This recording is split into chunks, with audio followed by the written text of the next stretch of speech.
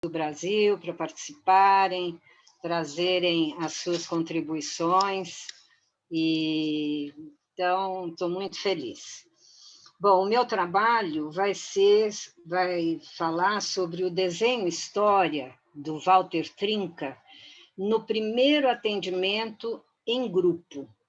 Eu não sou psicóloga e sempre, desde o início da minha atividade como arte-terapeuta, nos meus atendimentos, eu sempre tive muito cuidado com esse primeiro encontro. E eu fui buscando algumas estratégias e algumas metodologias que facilitassem o prosseguimento do atendimento. Então, Walter Trinca sempre esteve presente desde do meu início.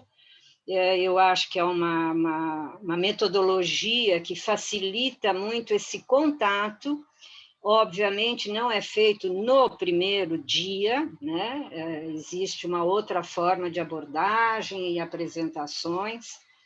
E, com o tempo, dando as aulas nos cursos de arte-terapia, eu comecei a perceber os alunos muito angustiados em como receber este grupo. Normalmente, eles fazem os seus estágios em grupos, alguns poucos individuais, e eu, então, tive a ideia, isso foi em 2019, de lançar um desafio para a classe era bastante numerosa, e eu, então, dividi a classe em grupos de 5 pessoas, e cada aluno eu numerei, cada um começava fazendo o seu desenho, contando a sua história, e daí fazíamos o fechamento. E foi surpreendente o resultado da atividade, e eu, então, comecei a aplicar em todas as aulas. Eu disse, pode ser que seja só uma impressão minha, mas vamos testar. E, com isso, eu consegui juntar 140 histórias no presencial e 22 histórias na modalidade online. O Zoom tem essa facilidade de você poder dividir os grupos em salinhas, né? Então, eu dividia com cinco alunos. Quando tinha mais, 1 ou 2 a mais, eu colocava como secretário, como organizador do grupo, e daí abríamos na roda, na tela maior, para discutirmos as histórias e vermos os procedimentos. Eu não sei se todos conhecem o desenho história do Walter Trinca, como uma técnica para fazer uma avaliação psicológica dos seus pacientes, normalmente crianças. Ele lançou essa metodologia em 1972, quer dizer, já tem mais de 40 anos, e as pessoas foram se encantando e expandindo a forma de atuação. Ele usava no individual, eu uso no individual também, e há 2 anos atrás eu recebi a indicação de um último livro dele, ele como organizador, com vários profissionais, mostrando a aplicação do desenho história em diversas áreas. E os resultados sempre muito surpreendentes e facilitadores nesse primeiro contato, nessa descoberta de qual seria o tema, qual seria a queixa, qual seria o caminho a ser tomado por nós, terapeutas. E eu tenho feito, continuei fazendo agora no online, nas últimas aulas, também apliquei, o resultado é fantástico, os alunos estão muito felizes por terem mais um instrumental. Os que são psicólogos têm as suas facilidades, sabem como conduzir uma anamnese, mas muitos alunos não têm essa formação. Então, eu achei que fosse uma metodologia bastante interessante para esse princípio, para esse começo de atendimento. O resto vocês vão saber depois. Se eu contar agora, ninguém vai nem assistir a palestra, nem assistir a aula, nem participar de uma oficina, que eu pretendo fazer uma oficina mostrando a técnica toda como é e como funciona. Então, eu espero que seja prazeroso, gostoso e que eu possa acrescentar alguma coisa a mais. Muitos de vocês, obviamente, já conhecem, mas eu acho a surpresa muito interessante como um procedimento nos atendimentos arte-terapêuticos. E, assim, eu abordarei o meu tema. Tem um outro guardadinho que talvez eu fale mais para frente. Esse é mais surpresa também, tá bom? Okay. Muito Deolinda, obrigada. você foi britânica. Estou curiosa.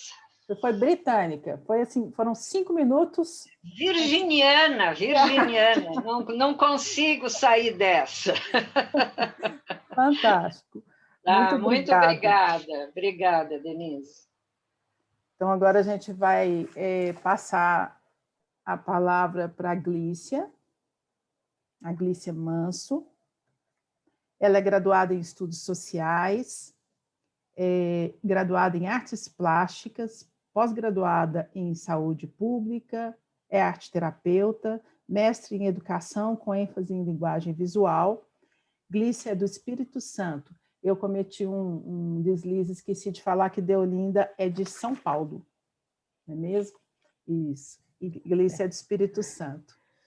Glícia, por favor, pode iniciar. Boa noite a todos. Muito obrigada, Marte, na pessoa da Otília, por esse convite, né? É sempre muito bom a gente poder falar daquilo que a gente ama, no caso, em questão da arte-terapia. Então, quando eu me propus a falar um tema para o congresso, eu imaginei que seria mais, assim, o que eu teria mais proficiência para dizer estava exatamente linkado à minha trajetória no SUS, né? Eu aconteci arte-terapeuta na minha vida o tempo todo dentro do serviço público, né? Concursada, e me aposentei como arte-terapeuta, né? Então, assim, só que hoje eu digo que o serviço público realmente me formou arte-terapeuta, porque o serviço público ele traz certas particularidades que você tem que se virar nos 30, como diz o outro, né? E a gente ser arte-terapeuta no serviço público traz vários desafios.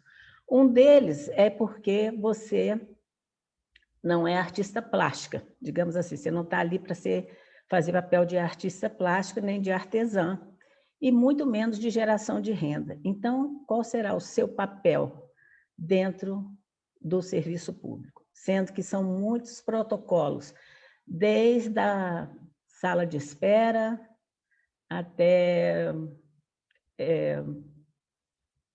CAPS 3, que é o CAPS com internação, né? Então, são muitos percursos que a gente passa, tá? Desde atendimento domiciliar, desde matriciamento, que é um dos dispositivos do serviço público, e aonde o arte-terapeuta se encaixa, como que é o seu trabalho, qual é efetivamente a contribuição que ele pode dar, visto que tudo no serviço público também é multidisciplinar. Então, assim, até as consultas não são feitas mais só com o psiquiatra ou só com o psicólogo. A gente passa por ações junto ao Ministério Público, a gente passa por ações junto ao Conselho Tutelar, né? Então, eu fiquei 22 anos exatamente nesse trâmite, né? Passando por todos os desafios, né? E procurando estudar e procurando me fazer realmente necessária no serviço público, né? E mais do que isso, né? Respeitada profissionalmente, porque agora a arte-terapia já não é uma novidade, mas para a gente que começou lá atrás, era tudo muito ainda incipiente, muito novo, né? A arte-terapia, o que é isso, né? que se faz com isso? Então, assim, foram vários desafios e nessa abordagem no Congresso, eu pretendo estar falando desses dispositivos que são do métier da saúde pública, né? E a necessidade que o arte-terapeuta precisará ter na sua formação para atender legitimamente, como profissional, os protocolos do serviço público. Então, eu penso que seria uma contribuição a ser dada, né, e um crescimento bastante grande para a gente enquanto profissional. É isso que eu pretendo fazer durante o Congresso, poder dizer dos acertos, apertos, dos limites e das possibilidades que eu me vi assim inserida na minha vida como arte-terapeuta. Muito e aí, bom, falei de menos ou falei demais? Você está com um crédito de 1 minuto. Se você quiser acrescentar mais alguma coisa, você tem 1 minuto. Ou então... sim. Então, vou falar uma coisinha que eu julgo que é de muita importância e que a gente já pratica há muitos anos, já até por conta mesmo da minha trajetória, que é colocar nos cursos de formação de arte-terapia, toda essa educação para o serviço público, para serviço de saúde pública, porque são muitos protocolos, são muitos procedimentos que você responde por eles e você não pode ficar assim à margem. Todos os profissionais de saúde respondem por isso. Então, eu acho que isso seria ideal, estar incluído na formação dos cursos no Brasil, esse métier do serviço público, que é, inclusive, o que nos faz está sendo olhado com uma certa respeitabilidade. Assim, você, arte-terapeuta de sou arte-terapeuta da Prefeitura Municipal de Vitória. Então, eu participo de todas as reuniões, eu respondo a RAS, eu faço relatório, eu faço parte do matriciamento. Então, assim, isso abre o leque de oportunidades para o arte-terapeuta e nos obriga também a estudar mais para dar conta desse recado. Eu acho que era isso que eu queria dizer. O resto fica para o Congresso. Muito bom, Glícia. Muito obrigada. Então, Graciela, ela não está na minha tela, mas eu já fui informada que ela está aqui. Aqui, Graciela Ormezano, né? Fala sí, boa noite. Certo. Estou boa aqui, noite. Só que não sei o que está vendo com o Zoom, que fica cortando o vídeo, ou corta o áudio, corta alguma coisa. É muita emoção, gente, é muita energia boa. Deve ser. A conectividade fica abalada com tanta energia boa. A gente já fica numa curiosidade para ver o que vai desdobrar, dá vontade de perguntar umas coisas para a Glícia, dá vontade de fazer um desenho histórico com a Deolinda. Aí é muita energia que a gente está tendo até agora. Imagina até o final do nosso encontro. Muito bem-vinda, Graciela. É um prazer estar com você aqui, né? Eu vou fazer a sua apresentação, vou pedir para você, quando você te passar a palavra, você falar o nome do seu trabalho, que você vai apresentar, né, no Congresso. E eu vou falar um pouquinho, um mini currículo, né? E depois você fique à vontade para acrescentar alguma coisa que considere interessante e importante da sua experiência, né? A Graciela Ormezano, acertei o nome? Sim. É arte-terapeuta, é mestre e doutora em educação pela PUC Rio Grande do Sul e tem pós-doutorado em arte-terapia numa escola em Madrid. Passo para você a palavra, Graciela. Ok, muito obrigada. Boa noite a todos e a todas. Quero agradecer à Associação Mineira de Arte Terapia por este convite. E então o meu trabalho se intitula Arte Terapia e Harmonização Sonora de Chakras. Algumas experiências que eu realizei em outros países, especialmente na Argentina, na Índia e no Nepal, me levaram a estudar a possibilidade de harmonizar os chakras ou vórtices de energia misturando sons e imagens.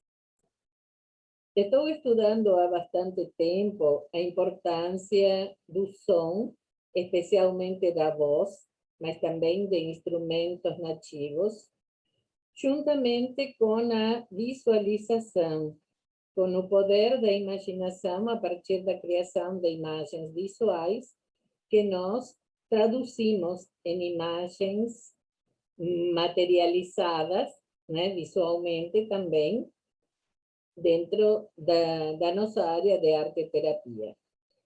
Então, o objetivo desta técnica é perceber quais são os chakras desarmonizados e realizar a sua harmonização. Como que se percebem os chakras desarmonizados? Com este aparelhinho, acho que aqui dá para ver, é um maurímetro, são duas anteninhas iguais, então é colocado desta forma em cada um dos chakras da pessoa. Eles são preparados, né, dentro da radiestesia para verificar quais são os chakras que precisam ser mais trabalhados. Depois, são utilizados diversos instrumentos, eu trouxe alguns aqui para mostrar. Não trouxe o gongo, porque pesa 16 quilos, né? Então, eu deixei no meu espaço de atendimento. 12 tichas.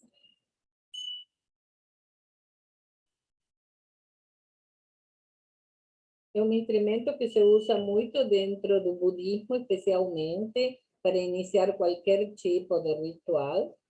E também eu utilizo muito os sinos tibetanos.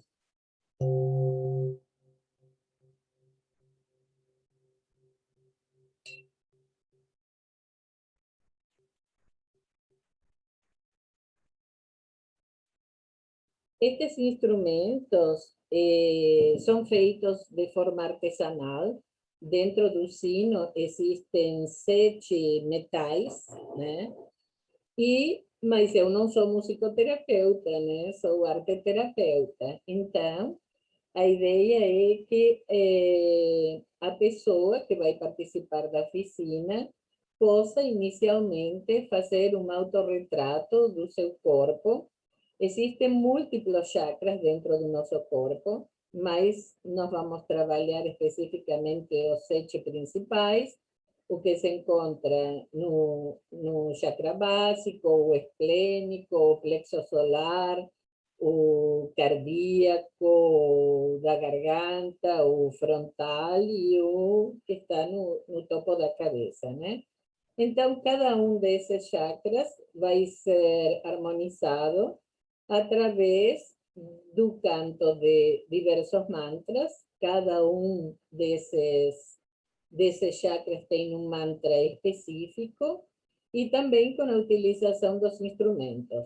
Uma vez que as pessoas passam por essa experiência, irão, então, refazer ou não aquele desenho inicial que fizeram do próprio corpo.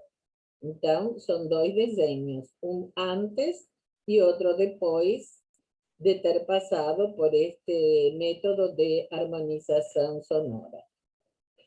E eu acho que é importante que o cliente retome esse desenho, porque vai expressar as alterações que sentiu durante o tratamento. O autorretrato indica quais foram as transformações, não somente no corpo físico, senão também no corpo mental e no corpo espiritual. Ele vai, uma vez o atendimento concluído, ele vai ter a oportunidade de comentar sobre as imagens produzidas e as mudanças que recebeu. A origem da terapia sonora, para mim, pelo menos, começou numa viagem que fiz para Dharamsala e fiz um curso de Reiki com um professor indiano. E foi ele que me ensinou essas técnicas e depois eu fui somando também os estudos que fiz na Argentina, porque tem lá uma pessoa que, inclusive, fabrica os instrumentos. A estes instrumentos se somam também diapasões, pins, enfim, há uma variedade bastante grande. E para que serve este sistema? Bom, principalmente para melhorar a capacidade de atingir o relaxamento, para desbloquear os pontos energéticos, para aumentar a criatividade e a concentração, reforça o sistema imunológico e o sistema nervoso, regula a pressão arterial, atenua os efeitos do estresse, da ansiedade, da depressão, e também tive experiência de vários pacientes que me comentaram que diminui a dor. Então, eu aguardo vocês para fazerem essa experiência. Tem uma colega aqui da arte-terapia com a qual eu fiz uma experiência que ela disse que ficou 5 anos mais nova. Mas isso é uma brincadeira, né? Obviamente. Eu acho que vai dar fila. No congresso vai dar fila, Graciela, para a gente ficar 5 anos mais jovem. Muito obrigada pela sua fala. Seguindo, nós vamos chamar a Nara Peixoto. Achei aqui a Nara, da Bahia, arte-terapeuta junguiana, com especialização em psicologia e relações raciais, atua em atendimentos clínicos, individuais e em grupos, voltados para a saúde mental da população negra. Fique à vontade para acrescentar alguma coisa que seja de seu interesse. Nara, a palavra é sua.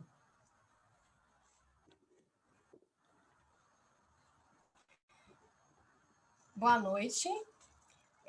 Primeiro, agradecer, né, pelo convite, agradecer por estar junto com os colegas, apresentando um pouquinho desse trabalho. Trazer, né, que a vontade de estudar sobre relações raciais parte de uma vivência pessoal enquanto uma mulher negra aqui em Salvador, mas também de uma escuta, né, da clínica já, entendendo pessoas negras que chegavam com demandas específicas e que eram demandas que não poderiam ser patologizadas. E aí começa a investigação em relação a isso, onde a gente vai começar a entender sobre os efeitos da colonização no nosso corpo e na nossa saúde mental. Pessoas que foram escravizadas e foram subjugadas em função, né, do exercício do poder para que esse trabalho fosse escravo. E aí a gente vai entendendo que a escravidão gerou um trauma coletivo. Gera um trauma coletivo e intergeracional. E que hoje a gente, enquanto população negra, e eu acredito que não só a população negra, né, a população do Brasil, já que a gente está falando do Brasil, ainda vive os resquícios desse processo de colonização, de maldade, enfim, de inferiorização, localização em que eles viviam. E aí, caminhando um pouco mais, a gente vai entender não só como...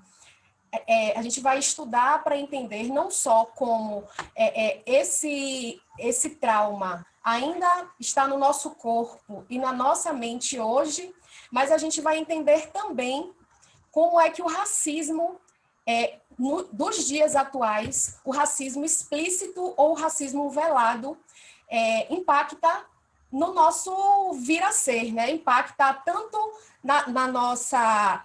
vai impactar tanto nas nossas possibilidades de expressar quem a gente mas também em quem a gente pode se tornar, né, no nosso processo de individuação. E aí, trazer, né, para vocês algumas queixas muito comuns de pessoas negras e que a gente precisa tomar cuidado para não patologizar aquilo que é fruto de racismo, né? Então, por exemplo, o auto-ódio, o ódio ao corpo, a autodestruição desse corpo é um dos sintomas comuns de quem sofre o racismo. A baixa autoestima também é fruto de alguém que carrega as marcas do racismo nesse corpo. O sentimento de inadequação e de falta de pertencimento, os complexos relacionados à rejeição também são fruto desse processo. A depressão, quando a gente vai investigar a fundo e a gente vai entendendo que a falta da alma, a gente vai entender também que é fruto de um processo de embranquecimento, onde eu preciso me despedir das minhas características de raiz para poder me assemelhar àquela pessoa que é vista, né, como alguém que é mais inteligente, que é mais bonita, que é mais capaz, que pode atuar melhor no mundo de mim, e vou me perdendo das minhas raízes, e aí chega um processo depressivo, né? Então, assim, colegas, eu acho que trazer o tema, neste momento aqui, que é tão curtinho, né, da arte-terapia e as relações raciais, é mesmo para que a gente possa começar a se sensibilizar em relação ao nosso manejo clínico em relação a pessoas negras, desde a escuta, né, para entender, enfim, mas entender o que é dor. Porque muitas vezes, quando um arte-terapeuta, uma arte-terapeuta branca vai lidar com um cliente, paciente negro, não vai entender, por mais que seja empático, não experimentou aquela vivência. Então, a gente precisa entender aquele no lugar daquele que ocupa, né? E não se colocar no lugar do outro, porque é uma experiência que a gente não vai conseguir experimentar mesmo, né? Então, assim, penso muito, né, no trabalho que eu venho desenvolvendo, principalmente com mulheres, eu tenho pensado muito no como, então, a gente vai resgatando quem a gente é e possibilitando a valorização dessa nossa identidade negra, que é base, inclusive, para que a gente consiga adentrar outros temas no processo terapêutico, né, de uma pessoa negra. E aí me vem muito sobre a possibilidade da gente reescrever e reconstruir a história dessa pessoa junto com ela, né, através de reconstrução de linha de vida, através do contato com as raízes. Então, eu acho que esse falar sobre isso, né, sobre o cuidado, sobre como eu devolvo aquela queixa, né, sobre como eu escuto a queixa e devolvo. Também pensar no cuidado com exemplos que a gente traz, porque a nossa cultura está carregada de exemplos racistas, sobre imagens que a gente oferece a pessoas, porque a gente está falando de arte-terapia, a gente está falando de imagens e a gente está falando da necessidade de representação, sobre as cores de lápis e tintas que a gente usa nos nossos atendimentos, sobre o lugar de uma terapeuta branca que estar num lugar de poder. Juro que estou cortando, já estou finalizando. Uma terapeuta branca que está num lugar de poder em relação a uma pessoa negra que talvez se sinta subjugada. Então, é uma coceirinha que eu estou trazendo aqui para a gente poder discutir mais no Congresso. Obrigada, gente. Ei, Nara, desculpa, eu faço esse papel, entendeu, de chatinha, né, para poder a gente fluir, mas depois a gente pode estar alinhavando mais algumas coisas na parte das perguntas. Mas são temas, o tema é muito instigante, todos os temas trazem para a gente oportunidades de grandes reflexões. E para finalizar o nosso ciclo, né, vou convidar o Sandro, que ficou por último, Sandro, olha só. Podia ter sido o primeiro, mas ficou para agora, para a gente poder encerrar, né, essa conversa boa, que ia estar mais gostosa se a gente pudesse oferecer um pãozinho de queijo, uma broa de milho, um cafezinho quente, mas eu vou deixar você só ir plasmando essa ideia e vou falar um pouquinho do Sandro para que ele possa começar a fala dele. O Sandro é arte-terapeuta, doutor em psicologia clínica, e do Núcleo de Estudos Junguianos da PUC São Paulo, né? Sandra é de São Paulo. Obrigado, Sandro, pela sua presença, pela sua entrega. Agora eu passo a palavra para você. Eu que agradeço. Bom, pão de queijo, a Otília pode mandar delivery, né? Tem serviço lá. Bom, eu sou de São Paulo. O tema que eu trouxe é um tema teórico.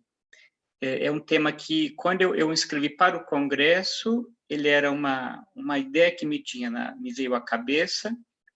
E, nesse tempo, eu acabei escrevendo um artigo. Ele já está pronto, vai ser submetido para uma revista, né, de psicologia, que é a função dos símbolos estereomórficos nas artes visuais e no psiquismo, né? Então, eu venho das artes visuais e consegui o doutoramento em psicologia, mas não sou psicólogo, né? É sempre bom frisar. Então, eu gosto muito desses limiares entre o campo das artes e da psicologia, que me interessa muito, né?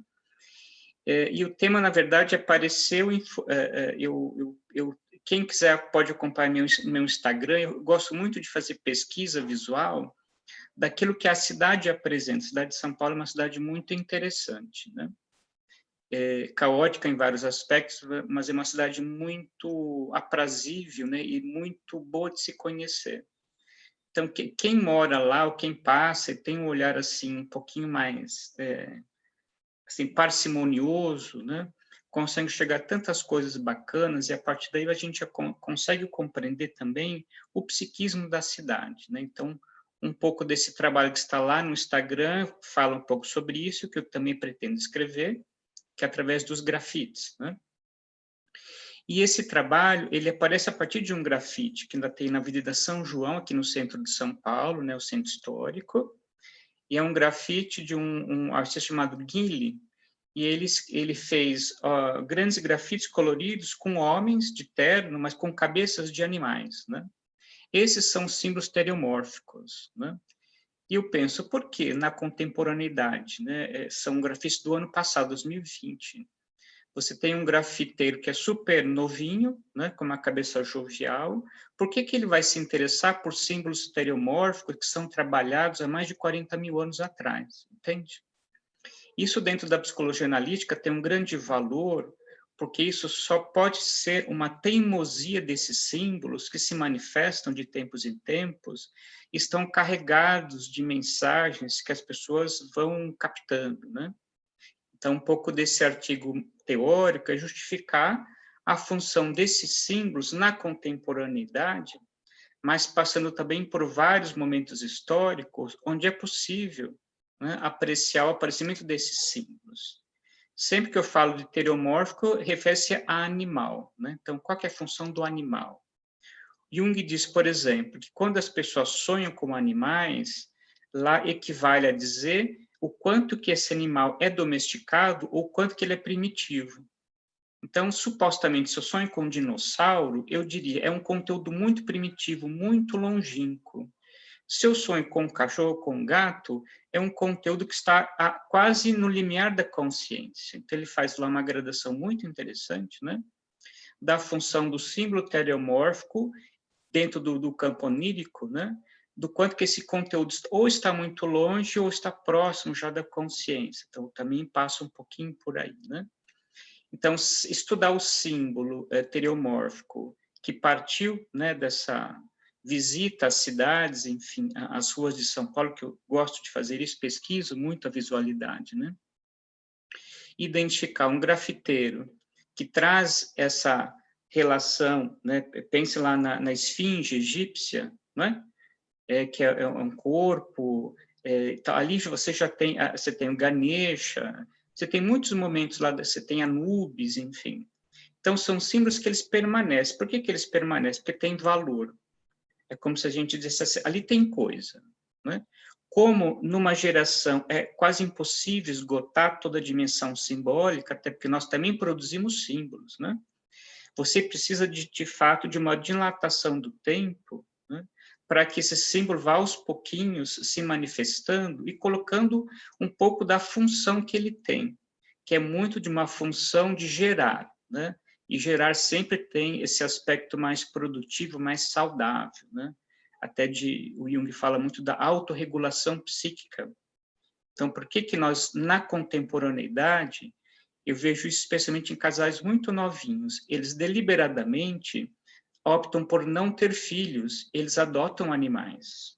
Então, nós estamos passando por um processo de substituição dos afetos humano para o animal. É quase que uma necessidade humana, talvez em função do descrédito na humanidade, né, por parte de alguns, né, que vê na relação com o animal uma busca desse natural, desse primevo, desse não contaminado, desse ainda que não foi corrompido pela sociedade. Então, são algumas leituras que eu traço dentro desse artigo, só para dizer o seguinte, olha, aquele grafite que está lá, que é bacana de ver, que é colorido, não está na parede só para enfeitar.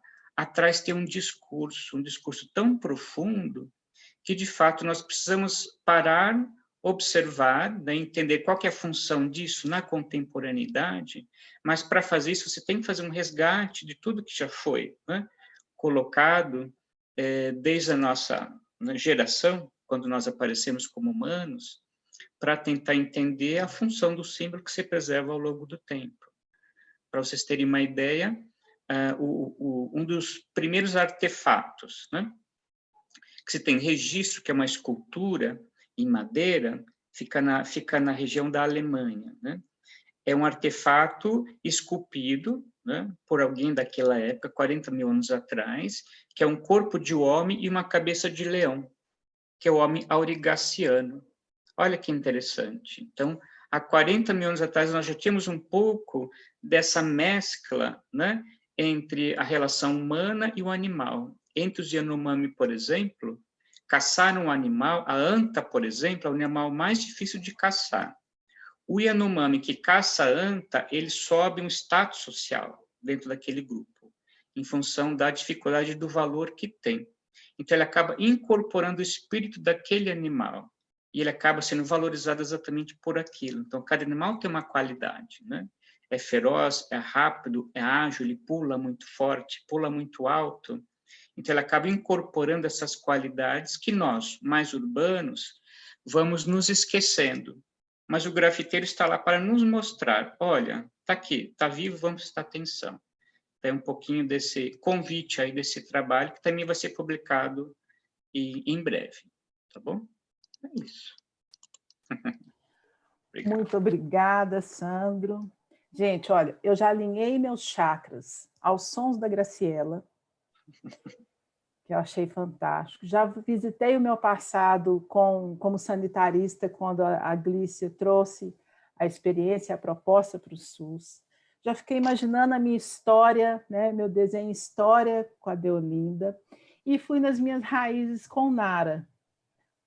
E com o Sandro, foi um convite para eu sonhar essa noite, né? Vou para os oníricos para ver se tem que animal que está habitando. Olha que animal que vai aparecer, você chama, ele vem, hein? Pois é. Então, imagina a riqueza, olha a proposta. A gente trouxe aqui hoje só 5 fantásticos profissionais da área da arte-terapia. Só 5, tem mais. Imagina esse congresso, o que vai ser, qual que vai ser essa oferta que vai ser. Está maravilhoso, gente, bom demais. E como a gente tinha combinado, a gente vai abrir agora para as perguntas, né? E eu vou pedir, né, Karen, Tereza e Otília, a gente vai estar olhando aqui no chat se existem já perguntas, né, direcionadas ou para o grupo como um todo, e aí todos vão poder aproveitar para fazer perguntas direcionadas para os nossos expositores.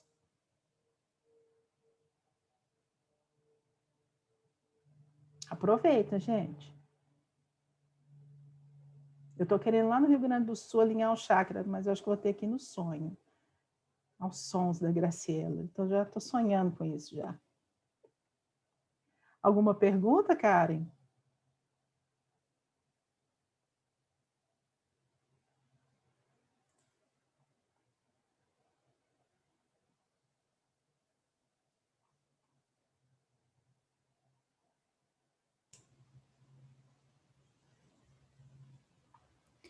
Acho que o pessoal está tímido com as perguntas, viu? Posso perguntar para a Graciela, para abrir uma conversa? Pode, claro, Sandro. Não, porque é um trabalho tão assim, eu também trabalho com música, enfim, não sou musicoterapeuta, mas estou vinculado à musicoterapia meio que por simbiose, né? Me passa muito essa discussão na atualidade, em função do quadro da pandemia, né? Do quanto o remoto ele acaba esbarrando muito nesses instrumentos, em algumas técnicas, né? Que de fato precisaria sim da presença do terapeuta. Acho que é uma boa discussão, né? Para a gente, né, pensar também, né?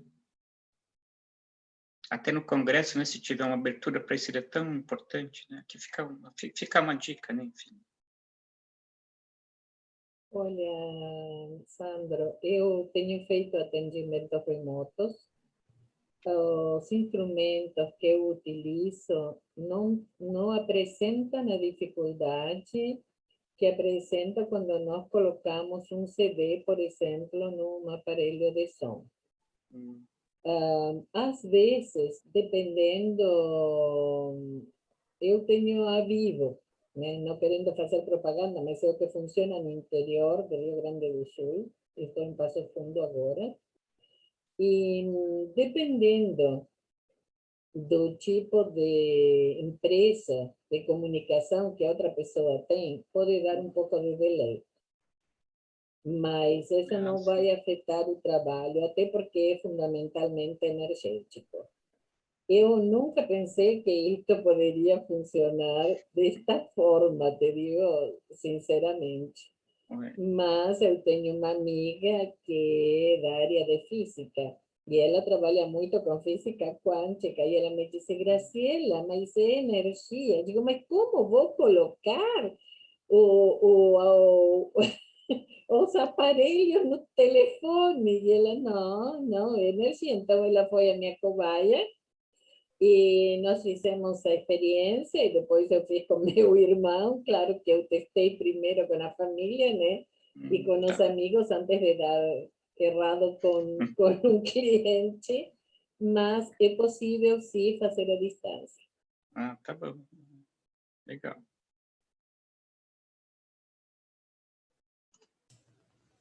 Eu posso perguntar para a Deolinda? Então, vamos lá. Deolinda, eu queria só, assim, saber que a palestra deixou a gente com um gostinho, assim, de quero mais, né? Se no congresso você vai falar um pouquinho mais sobre a execução da técnica, né? Assim, como vai Isso. ser? Claro, claro. Inclusive, eu estou pensando em fazer a aula com a vivência, mas tem todo um roteiro, tem toda uma dinâmica que é muito até rigorosa. Você não pode mudar de um grupo para o outro, inverter algumas consignas, não. E tem todo um critério que deve ser obedecido. Isso tudo foi o que eu falei. Estou deixando para falar lá, tá bom? Mas falarei sim com mais profundidade, sem dúvida. Obrigada.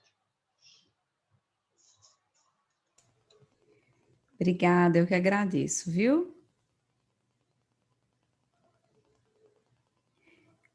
Gente, fiquem à vontade, vocês podem perguntar, né? Assim, não sintam-se tímidos. Alguém pediu meu Instagram, eu coloquei lá no Ah, chat, tá bom? Graciela está licença, falando. Rosana perguntou se as frequências em Hertz não ficam alteradas. Eu não fiz esta medição, mas entre o presencial e a distância. Eu fiz a medição no presencial, sim, mas a distância não. Eu fiz junto com um engenheiro em som, né? Enfim. Mas o que a mim me interessa neste momento é o resultado final, que depois eu vou pegar novamente o aurímetro, né? E vou medir no final para ver se os chakras ficaram todos harmonizados. E ficam. Então, neste momento, o que mais me interessa é isso.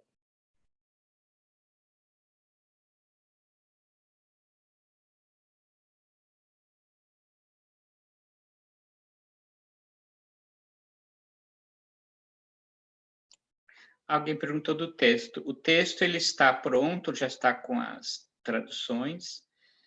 e já vai ser encaminhado para a revista, possivelmente Psicologia, Ciência e Profissão, tá? É a meta. Então, só no seu prazo, enfim, isso, mas eu aviso, né? Acho que tem e-mail lá, tá? Ficou bonito o artigo, eu me surpreendi. Né? Modéstia à parte. Né, que foi um exercício bom, assim, foi uma chamada para o congresso, né? Mas aquilo despertou em mim uma vontade meio de tá bom, mas vamos lá, né? Por onde que vai, por onde que chega, e o que está dizendo para nós? O símbolo sempre tem essa função. O que o símbolo está dizendo? Né? Assim, qual que é o aspecto prospectivo do símbolo? É esse o que nos interessa. Né?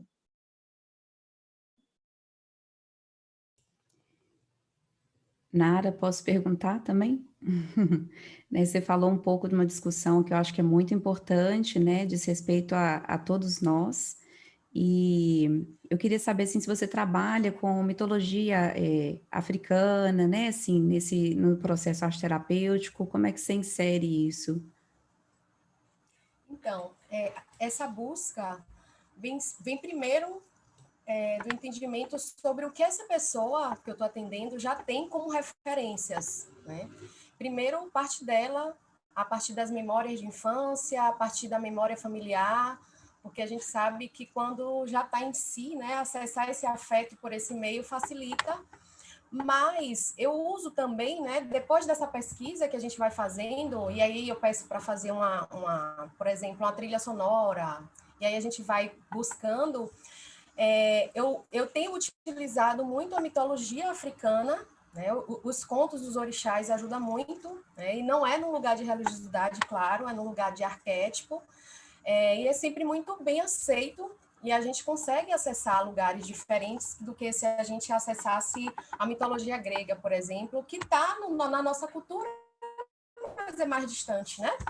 E aqui em Salvador, essa questão dos orixás é muito forte, mesmo para quem não é do candomblé. Além disso, a música afro e o corpo, através do toque do tambor, que é algo muito importante para a cultura africana, né? Também a gente consegue acessar no corpo, através do toque do tambor, seja o instrumento, né, quando a gente está atendendo presencialmente, mas o som do tambor também. A música afro também é uma estratégia que eu tenho utilizado e que tem sido bastante útil. Mas primeiro partindo das memórias pessoais e depois do que eu posso oferecer. Obrigada, muito bacana, viu, Nara? E os resultados devem estar sendo assim. Sim, sim. Os resultados têm sido positivos, como o Sandro falou, né, sobre os símbolos. Chegam símbolos muito importantes, né?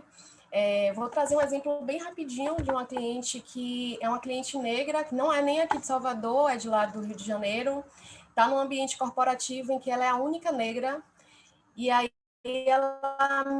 ela trouxe como símbolo o peso que ela sente de estar nesse lugar, como se estivesse carregando uma mochila de pedras.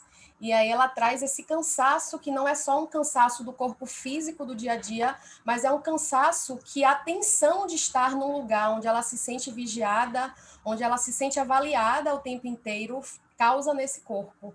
E aí ela me traz, eu estou cansada dessa mochila, eu preciso tirar essa mochila. E claro que vai ser a partir do que ela é, e não necessariamente do que o outro vai se transformar, né? E aí a gente tem feito essa busca, né, sobre os valores pessoais, sobre traz o mito de Oxum para ela poder se enxergar nesse espelho e deixar de olhar o outro, enfim. E aí os símbolos sempre aparecem para nos ajudar e tem sido trabalhos muito lindos e emocionantes. A troca. Obrigada, Nara. Né, assim, doida para ouvir mais lá no Congresso já. Obrigada a você. Posso? Boa noite a todos. Eu queria agradecer a todos os palestrantes. Eu não ouso fazer perguntas porque eu estou iniciando na arte-terapia, eu sou aluna nova, doente para aprender muito, então fiquei muito curiosa de tudo. Eu vou ficar triste agora à noite porque eu não vou saber o restante, né? E eu me aposentei há pouco tempo, Glícia, então eu também trabalhei no funcionalismo público e tenho algumas ideias até para trabalhar no funcionalismo público, então eu quero ouvir a Glícia, quero ouvir a Nara, quero ouvir... Estou aqui perdendo o Sandro, que eu já estou no Instagram. Sandro, quem que eu estou perdendo aqui? A gente não deve falar nome porque perde, porque está muito grande aqui, mas a questão dos chakras, né? Então, gente, eu fiquei interessadíssima em todas, né? A Deolinda, achei linda você aí, Deolinda. Muito graciosa. Gente, eu fiquei, doente para aprender mais, tá? Eu acho que a Marti tem até que repensar essa história de dar uma pinceladinha para gente que não é da área e nem tem onde pesquisar mais, tá? Mas eu achei sensacional, tá, gente? Parabéns a todos os trabalhos e vou estar lá no congresso para ouvir todas, tá? Obrigada, gente. Glícia, puxando aí a Denise, eu queria saber, assim, não dá tempo, né? Mas a gente sabe das dificuldades de trabalhar numa equipe multiprofissional, né? Assim, num formato interdisciplinar. E acho que é um grande desafio isso para a arte-terapia, né? Vai ser pincelado isso lá? Karen, eu acho que vai ter que ser pincelado, porque foi um desafio muito grande esses anos todos, né? Porque, assim, no serviço público, o arte-terapeuta, quando chega, ele é olhado de somenos, como aquele que vai ensinar a pintar, vai ensinar a desenhar, vai fazer cartazes para o Dia das Mães, vai... Enfim, todas as utilidades expressivas que de fato não tem nada a ver com o processo arte-terapêutico, né? Mas aí as coisas vão acontecendo no serviço, né? Você é atravessado por inúmeras questões. Eu sempre agradeço muito a minha passagem no serviço público, porque eu acho que, de fato, te forja a ter que ser um bom profissional. É onde tudo acontece, onde o inusitado acontece diariamente, né? Cheio de altos e baixos. E como que o arte-terapeuta, dentro das suas atribuições, dentro das suas especificidades, vai dar essa resposta ao serviço público, em termos de acolhimento, de atendimento e de efetividade?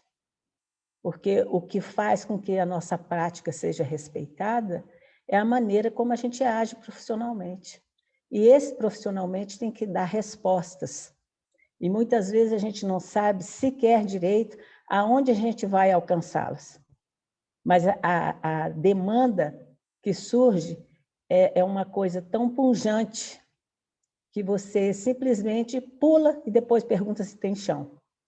E aí, na consequência dos fatos e das atitudes, é que a gente vai aprendendo a fazer melhor aquilo que a gente sabe fazer, de simplicidade, de afeto, de acolhimento e também de, muitas vezes, reconhecer que somos impotentes. Então, eu penso que essa trajetória é uma trajetória que todos, mesmo quem não for destinado ao serviço público, deve conhecer. É muito rica e eu, sinceramente, sou muito grata. Uma Glícia, depois do SUS, é uma Glícia muito diferente. E eu fico muito feliz por isso. É claro que eu vou quero mesmo pegar cada pedacinho dessa história, inclusive com estudo de caso, para estar apresentando no Congresso. Não sei se eu te respondi. Respondeu, é ótimo, né, Glícia? Porque a gente tem visto cada vez mais a arte-terapia entrando nos concursos, né, públicos para trabalhar no SUS, e é importante essa discussão, porque é um ambiente de trabalho completamente diferente, assim, da clínica, do ambiente particular, né? Então, precisamos, sim, conversar sobre isso, discutir sobre isso, e das pessoas que estão lá dentro, que trabalharam lá dentro e que conhecem, né? O que você fala? Você falou aí do RAS, né, assim, dos relatórios, e é uma grande dúvida, né, assim, de como preencher, como é que o arte-terapeuta se insere aí, né, E Karen, como mostrar o nosso papel, né, de peso aí. exatamente. E é muito desafiador, porque, assim, quando você chega, é como se você estivesse sendo entregue aos leões. Não tem negócio de te explicar. Simplesmente, eu me lembro até hoje, eu congelando, realmente a palavra é essa, congelar. Quando a minha chefia imediata me disse, a partir de hoje você vai assumir a região 5 de saúde da Grande Vitória. A região 5 de saúde da Grande Vitória equivale a 7 unidades de saúde de 7 bairros diferentes. E é você que vai assumir esse matriciamento. Eu nunca nem tinha ouvido falar sobre isso. Isso significa responder naquele território por todos os casos de saúde mental. Rapaz, olha, um senhor aprendizado. E se a gente puder, então, minimizar daqui para frente fazer atalhos para que as pessoas possam entender o que é o serviço público, eu penso que é um dever que a gente tem que passar para frente, né? Então é isso, mas de todas as coisas que me aconteceram na vida, o serviço, o SUS, uma vez que ele entra dentro de você, você nunca mais sai dele. Essa é a verdade, tá bom? Vamos ver, vamos ter muitas coisas para conversar. Isso. Eu acho que aí, né, Glícia, assim, mostra a importância da gente colocar a arte terapia como ciência, né? E nesse sentido, o Congresso ele é um local onde a gente pode ir construindo isso, né? Acho que todas as falas aqui mostraram, né, que estamos caminhando nesse sentido, e é muito bom ver a arte terapia caminhando como profissão, né? Um espaço científico, né, e que a gente pode realmente mostrar resultado, né, e nos colocarmos, né, como profissionais que têm essa característica. Exatamente.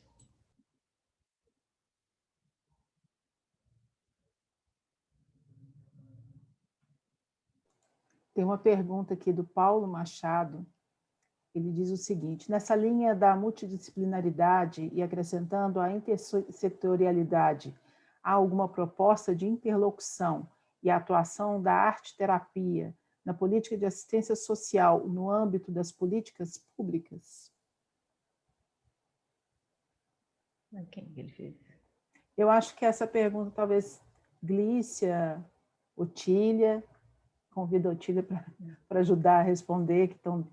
Ele está dizendo das PICs, né? O Sandro colocou aqui, para dar um direcionamento. Eu posso falar da minha pergunta? Sim, eu sou Paulo. Claro, por favor. Boa noite, né, a todos. Estou vindo, assim, convidado pelo Integrarte, né? Pela nossa querida professora Otília. É um prazer ter iniciado com ela a arte terapia. O mundo novo está se abrindo, estou muito feliz. E a minha dúvida é nesse sentido, né? Eu sou analista de políticas públicas da Prefeitura de Belo Horizonte, sou também instrutor de yoga integral, e a gente tem no yoga a inclusão no PICS, né? Nas PICs, aqui em Belo Horizonte, no SUS, né? Mas, para além das PICs, né, que fala muito da questão da terapia, eu pesquisei recentemente um movimento muito bacana que os musicoterapeutas fizeram em 2017, a nível nacional, enquanto associação, e a categoria se organizou para incluir a musicoterapia dentro da política pública de assistência social, porque a vertente de assistência social, enquanto política pública, tem um recorte diferenciado enquanto SUS, né, Sistema Único de Assistência Social. E, inclusive, na assistência social está colocado que o profissional não pode fazer terapia, né? Está preconizado para os CRAS, para os CREAS, né? Para o PAIF, mas, assim, o musicoterapeuta conseguiu fazer um resgate no sentido do resgate da cidadania, do protagonismo social, da atuação, da implicação política daquele sujeito. Então, acho que a vertente aí da minha dúvida é nesse sentido, assim, enquanto políticas públicas sociais, enquanto atuação de sujeito crítico, reflexivo, que vai resgatar sua cidadania, o seu protagonismo, né, a sua atuação cidadã, como que ficaria? Se tem alguma proposta de agora ou para frente, essa interlocução entre a arte-terapia e o SUAS, que é o Sistema Único de Assistência Social, como é que se dá, né? Minha pergunta seria nesse sentido, de se há algum horizonte de ampliar essa discussão para a assistência social enquanto sistema nacional, sistema único mesmo, sabe? do SUAS enquanto assistente social. Seria essa a minha pergunta. Não sei se seria um momento aqui agora ou se ela pode ficar com uma reflexão futura. Seria uma reflexão mesmo inicial para a gente poder pensar nisso, nessa caminhada assistência social enquanto política pública. Muito obrigado, bom dia, muito obrigado. Boa noite, né? Muito obrigado, tchau. Boa noite.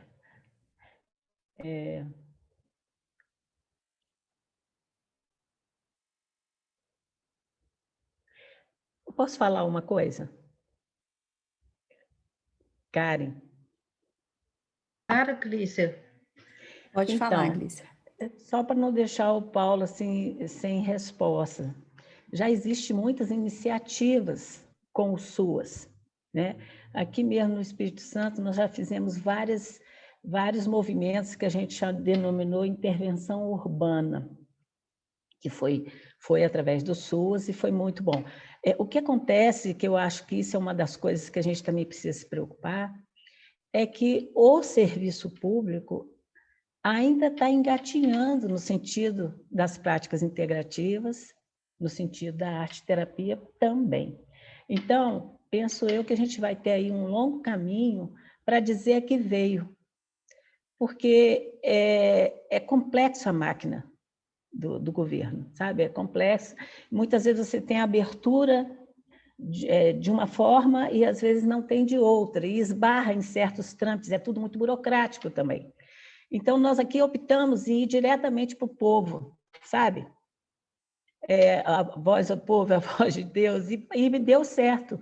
Foi fazendo atividades assim, diretamente através do SUS, nas unidades de saúde, na intervenção urbana, que a gente foi chamando a atenção de quem tem a caneta no serviço público para poder abrir algumas concessões. Então, assim, não está totalmente no zero.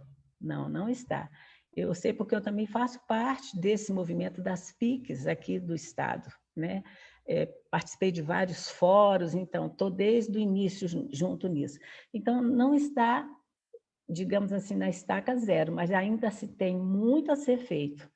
E o que mostrou ser bastante eficaz é você ir ofertar, aonde te der abertura, diretamente para o povo, que eles mesmos depois vão fazendo vão pedindo, vão falando, e aquele negócio de arte-terapia, e o da música, não vai ter mais não? Então, a voz do povo continua sendo a voz de Deus, gente.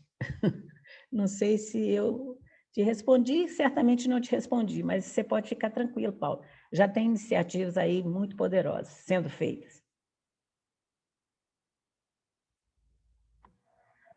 Com certeza, né, Glícia? É um trabalho que está engatinhando, né? Tem muito que ser feito ainda no Brasil, né?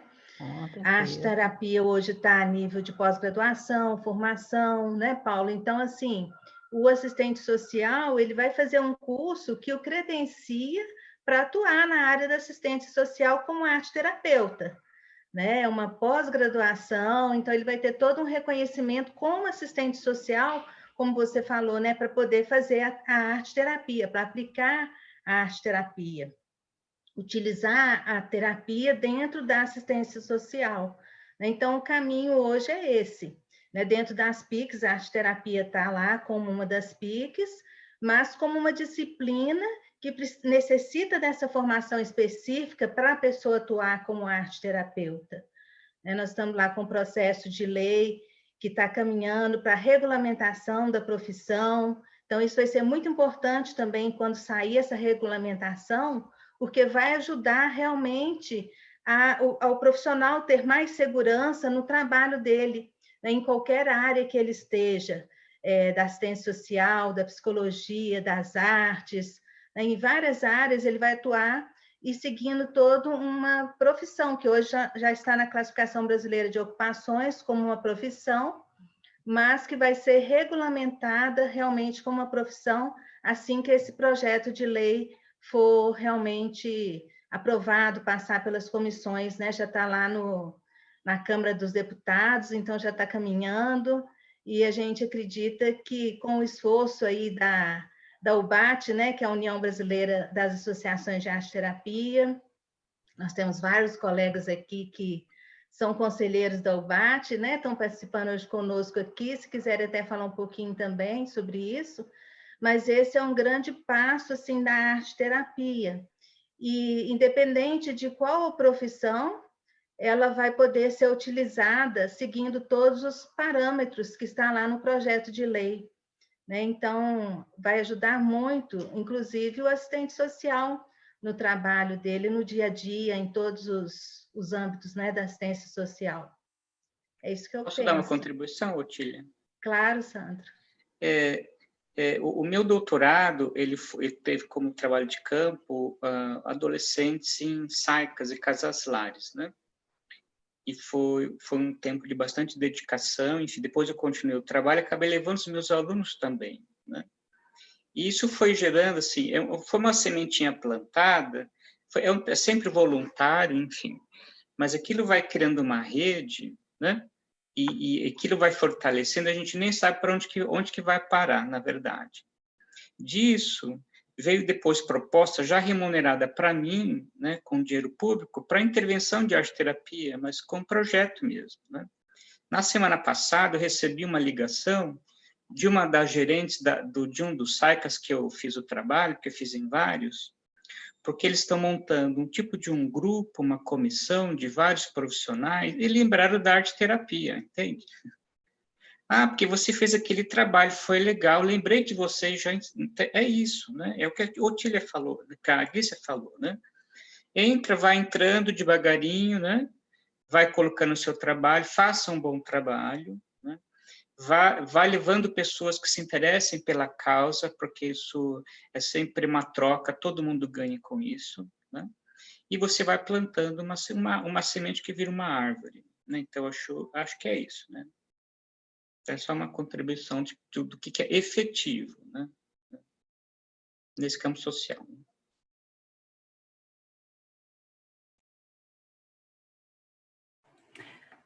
Ok, gente, quero agradecer. Nós já vamos encaminhar para o encerramento. Agradecer a cada coração aqui presente, a cada contribuição, a cada entusiasmo, a cada alegria. Denise Xará, não fica triste, fica alegre, que vai ter muita coisa. Imagina o banquete de possibilidades, né? Isso é motivo da gente festejar mesmo, né? E deixar uma mensagem para vocês, né? Porque essa egrégora que a Marte vem trabalhando para construir é de uma energia que cura. Às vezes a gente fala isso vai ficando tão assim corriqueiro, assim tão comum, mas existe uma energia, existe uma emoção, existe um coração que dispara, uma mão que esfria, né? Uma barriga que dá uma gelada, isso é energia. E é dessa energia que nós precisamos para nos fortalecer nesse processo que nós estamos passando. Muitas ideias e muito pão de queijos também, Sandro, porque a gente tem que alimentar o corpo e a alma. E é maravilhoso, né, poder compartilhar com vocês. Passa tão depressa que já são 7h20, né? E a coisa voa aqui, e eu falei assim, nossa, só 5 minutos, vai ser tão rapidinho, né? Mas são tantas ofertas, tantas coisas a serem, tantas propostas que possam chegar e que podem chegar, né? Tantas ideias, e elas congregadas, elas vão formando, né, esse núcleo de possibilidades, e de possibilidades de cura. Eu acho que essa energia, ela se expande. Eu acredito muito que quando pessoas se unem para falar coisas edificantes, a vibração de onde a gente está se altera. Eu acredito muito no som, né? A Graciela trouxe isso, eu acredito muito nessa questão da vibração desse som, né? A nossa voz que fala, nosso coração que vibra, altera as possibilidades, traz realmente a pacificação, a harmonização em nossos corações. E pensando nisso, a gente quer fazer uma oferta para encerrar a noite com uma música, para que a gente possa, da música, fazer uma ação em nós e naqueles que nos rodeiam. Eu vou pedir para Karen me ajudar nesse quesito.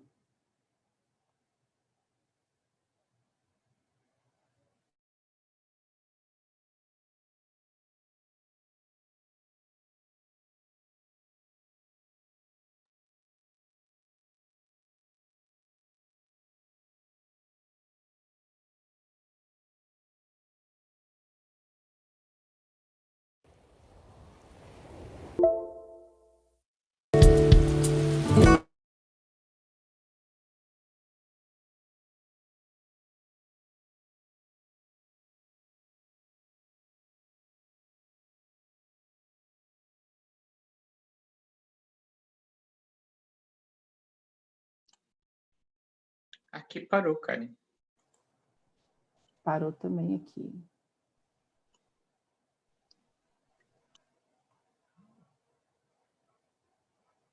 Karen, você quer que eu tente colocar aqui?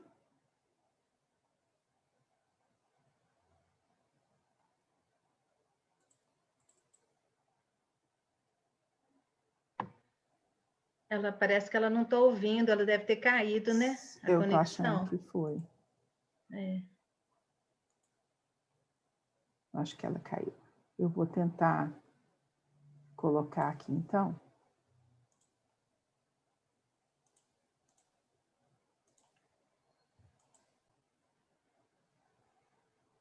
Me falem se...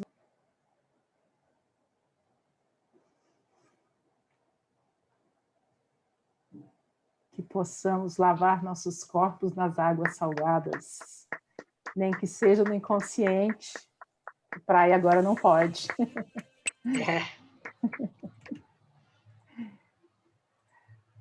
Agradecemos, né, em nome da Marte, a presença de vocês, o carinho que vocês nos recebem em suas casas, o carinho que vocês nos trazem com a presença, com a energia, aos nossos expositores, né, que nos brindaram com excelentes propostas, né, e instigantes, que vão nos deixar de cabelo, de pulga atrás da orelha até abril de 2022, e que a gente possa ir frutificando todas as nossas possibilidades no nosso trabalho arte-terapêutico, de ajuda, de cuidado, cuidando de nós, cuidando do outro, né, e nos cuidando coletivamente.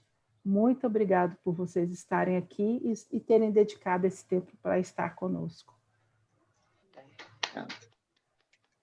Obrigada, obrigada. Obrigado. Gratidão, boa noite a todos. Boa noite, obrigada, obrigada. Tchau, Tchau, tchau, tchau. Até breve. Obrigado.